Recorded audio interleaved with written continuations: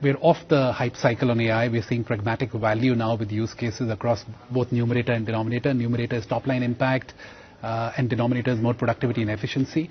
But again, across the board, lots of impact coming through and a lot more to do. Right. So Ravi, how are AI-driven functionalities and services, and particularly the partnership with Microsoft, helping Cognizant up the game and is boosting your revenues and customer engagement? The areas where we see the most consumption of AI, I mean, I have roughly around 1,200 odd projects running in, and they fall in 4 categories. The first is tech for tech. Now, what I mean by tech for tech is using AI to write software code. Right. We are one of the first system integrators which has actually measured what we do on tech for tech. In fact, GitHub is one of the code assist platforms which is very popularly used inside the company. 20% of my code is accepted by developers and it actually used inside Cognizant. So 20% of the code is written by AI. So that's the first use case. We do that for ourselves, we do it for our clients, and that's the first use case. The second use case is content aggregation. I mean, that's the big category where a lot of use cases are. I mean, those are also productivity led. You source content from different parts of a value chain and you aggregate that for meaningful insights. The third is primarily, I would say, customer service and employee experience. That's a big category where we see AI use cases. And the fourth, which is the smallest, is content generation. That is the smallest today, but it is probably going to become the largest at some point of time because you want more creative work to be done by AI. So when that matures, and the maturity of the models, you're going to see that mushroom over a period of time. So these are the 4 categories in which we see projects coming, and of course Microsoft is a big partner in this journey. Right. So Puneet, Microsoft and Cognizant, you are taking your partnership to the next stage, to the next level, and now this is a strategic partnership. How is this partnership ushering in a new era of AI and that's boosting efficiency both in serving your customers and also with Copilot and also with cloud solutions? I think, as Ravi said, right, this is a strategic partnership. This is meaningful for both Microsoft and Cognizant. And going back to this theme around saying customers are over the hype cycle, they're looking for pragmatic value. And for us to deliver that, we and Microsoft and Cognizant need to come together and make that happen. I think there are 3 aspects to the partnership. First is what Ravi spoke about, Cognizant deploying Microsoft tools like Copilot, so there are 25,000 Copilots being deployed and driving productivity in Cognizant. Second is going to market together, so across the global 2,000 customers that Cognizant has, going and really making AI transformation real and impactful.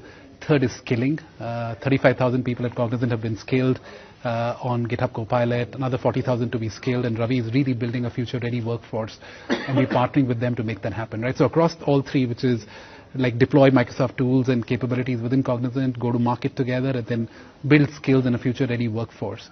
That's how we're coming together to really deliver pragmatic value for customers. Right. So Ravi, we've heard a lot about the potential of AI, of creating jobs in the future.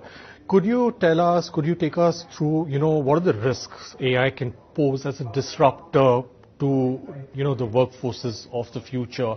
And in fact, I think Cognizant has also done some study on this topic. So can you give us more idea about this? So if you put that in the mix, you can arguably say the jobs are enhanced. They are not really new jobs.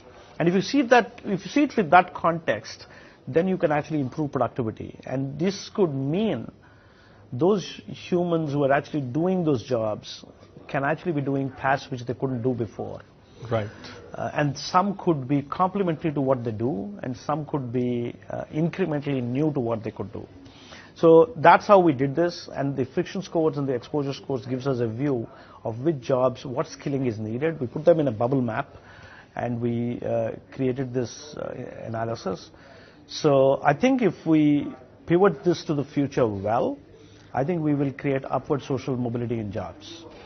And if we have upward social mobility in jobs, you're going to find this tool to be one of the most productive tools to improve wages of people, to access jobs they couldn't access, to create productivity which is of extraordinary levels, to hand over expertise to people on their fingertips.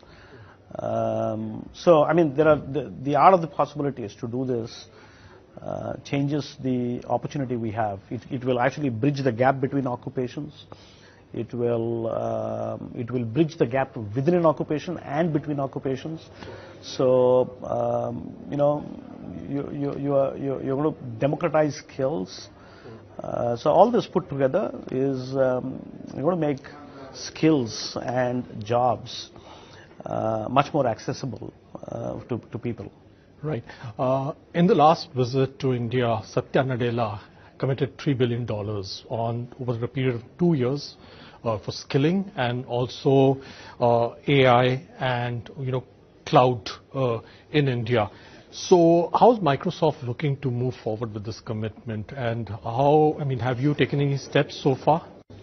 So I think first of all I just want to build on what Ravi said. It was fascinating, right? Which is, one is we're seeing AI play a role in tech to tech, tech for tech, which is make tech more efficient. Second is expand markets and create more TAM that we couldn't serve earlier. So I think that's one thing which I just want to reinforce.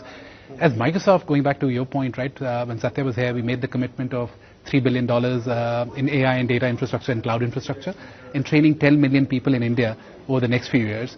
We're committed to that. It's a big vote of confidence for India and our commitment, and we truly want to do stuff that moves the country forward. So as Microsoft, super excited and committed to doing that, and then this partnership with Cognizant is something that will allow us to deliver real pragmatic value for our customers globally.